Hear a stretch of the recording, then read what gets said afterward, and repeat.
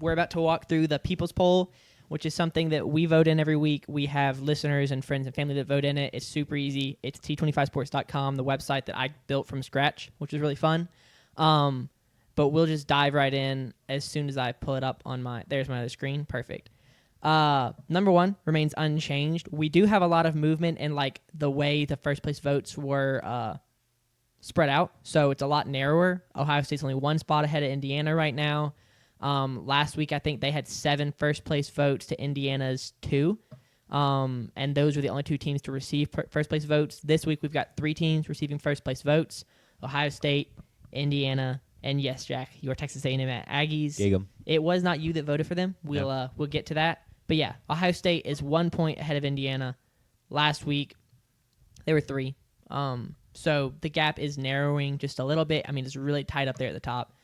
Alabama at 4. So the top, oh my word. Holy crap. The top 11 remain unchanged. So, that's, consistency from our voters, which I respect. Nobody loses, and so everyone stays where they are, which is great. I don't have a whole lot of problem with that. So I'm not going to walk through there. I'll just jump straight to the lower teams. You got BYU at 12. UVA at 13, Notre Dame at 14. All those teams move up 2. Cincinnati makes a big jump, +4 to 15. Louisville and Tennessee move up to 16 and 17. Missouri, after losing on the road at Vanderbilt, drops down to 18. Texas, after their incredible comeback win over Mississippi State, jumps up 3 to 19. Oklahoma drops 8 to 20, and then 3 previously unranked teams jump in. Houston at 21, James Madison at 22, Memphis at 23.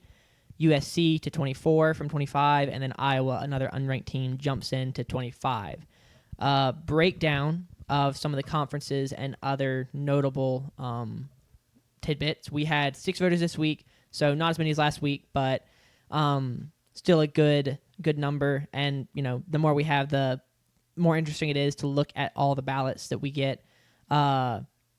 19 teams appeared on every ballot. There were 4 teams that appeared on 5 of the 6 ballots. Those teams were Missouri, Texas, Oklahoma, and James Madison.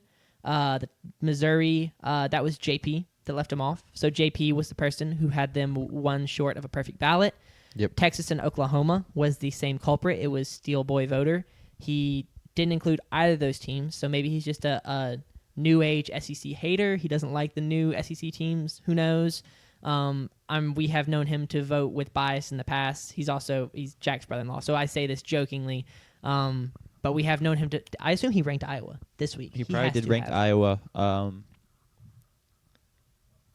sure he did. He probably ranked him last week. Honestly, I believe he did, which is why I say he had to have ranked him this week. But yeah, so they Texas and Oklahoma both are not on every ballot, and then I did not rank James Madison, so that is on me. I robbed them of a perfect ballot, and I do apologize. No, you don't. No, I don't. I really don't feel too bad. Hating on my Dukes, man. Yep, sorry. Conference breakdown.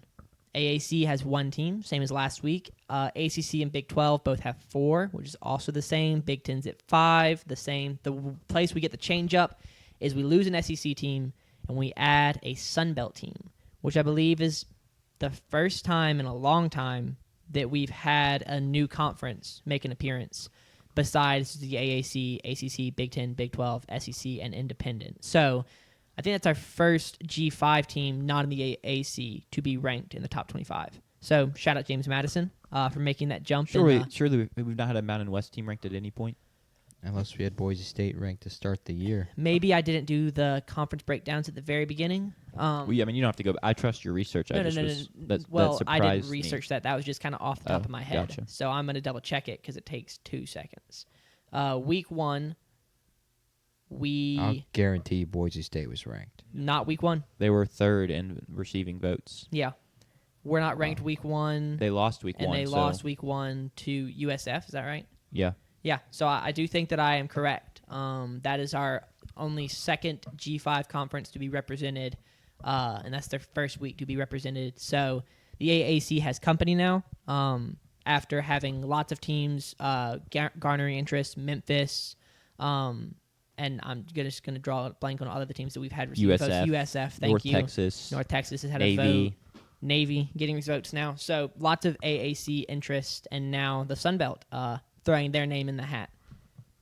Anything of note from the ballots, guys, that y'all would like to call out or mention?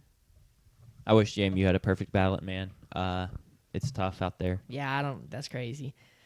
What's the Tim? What's his face bit? Like, we're trying to find the guy who did this. And he's wearing the hot dog Yeah. costume. Yeah, that's close enough to what it is. Yeah. That's you right now. That is me right now. Not really. You're owning up to it. No. 100% will own up to it, but it does feel like that bit a little bit. So yeah, anything of note, JP? I see you over there scanning as always. I'm just re-looking at your ballot to try and understand why JMU isn't in there. Yeah, fair. But that being said, Does JMU have... let me rephrase this. Does Missouri have a better resume than JMU?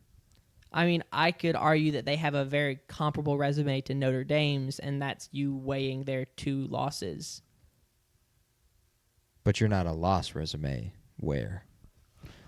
No, I'm not. I'm just saying. A win is a win is a 'Cause win. if you were, then Bama would be like 17. True.